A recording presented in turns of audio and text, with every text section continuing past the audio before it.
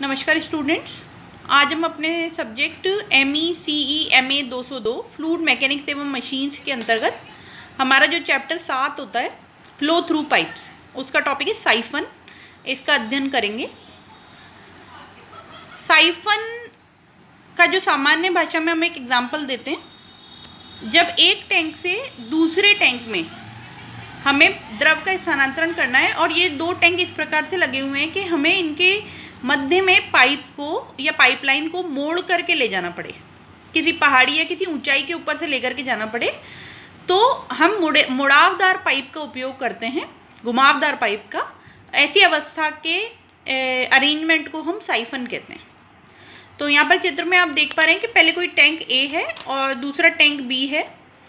ए से बी के बीच में जब हम पाइप को लेकर के गए हैं तो उसकी जो ऊंचाई है आप देख पा रहे हैं कि वो टैंक ए से भी ऊपर चली गई है।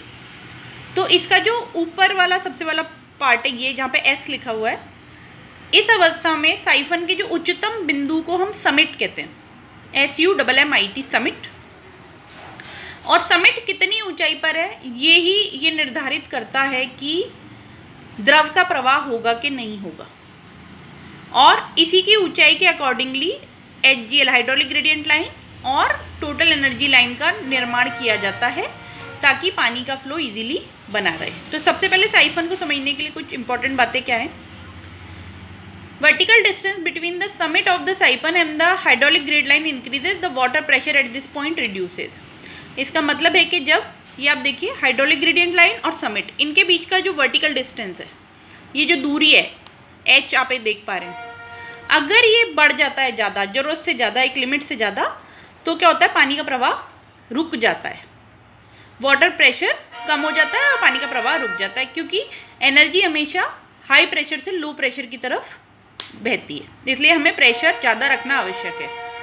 थियोरेटिकली द प्रेशर में be reduce to -10.3 metre of water. जो रुकावटी क्षेत्र होता है उसमें ऐसा माना जाता है कि जो प्रेशर है वो -10.3 मीटर पे पहुंच गया है। इसका मतलब है कि वहाँ पर एब्सोल्यूट वैक्यूम क्रिएट हो गई है और एब्सोल्यूट वैक्यूम क्रिएट होने के कारण में द्रव का प्रवाह रुक गया है। जबकि वास्तविकता में जो प्रेशर होता है वो यदि 2.5 मीटर ऑफ वाटर से 7.8 मीटर ऑफ वाटर वैक्यूम तक पहुँच जाता है तो समिट पर एयर लॉक बन जाता है। मतलब वहाँ पे क्या होता है, एयर बबल्स बन जाते हैं, वो इकट्ठे हो जाते हैं और फ्लो रुक जाता है। यहाँ पे ये जो दो पैराग्राफ हैं ये शो कर रहे हैं कि थियोरेटिकली जब हम पढ़ते हैं तो -10.3 metre of water pressure condition पर रुकावट हो जाती है, परंतु वास्तविकता में प्रैक्टिकल केसेस में 2.5 मीटर से 7.8 मीटर वाटर वैक्यूम के बीच ही ऐसा होने लग जाता है। तो कोशिश ये की जाती है साइफन का निर्माण करते हुए कि इन लिमिट से नीचे रखा जाए आपके प्रेशर का मान। ठीक है, इन लिमिट से नीचे रखा जाए प्रेशर का मान, तो क्या होगा कि वहाँ पर जो द्रव का प्रवाह है वो अवरुद्ध नहीं होगा। अब अगर हम साइफन के लिए कैलकुलेशंस देखें हेड लॉस की, ये देखिए इस चित्र में जब टैंक ए से टैंक बी के बीच में टोटल जो हेड लॉस है कैपिटल H वो है, तो अगर इसके लिए हम देखेंगे इक्वेशंस तो वो कौन कौन सी होंगी। सबसे पहले टैंक ए से साइफन में प्रवेश पर क्षति, पाइप के अंदर घर्षण क्षति और साइफन पाइप से बी टैंक में निकास क्षति। तो ये तीनों हमने ले ली, प्रवेश क्षति, घर्षण क्षति और निकास क्षति, इन तीनों का एडिशन ले लिया हमने, कुल हेड लॉस है ये।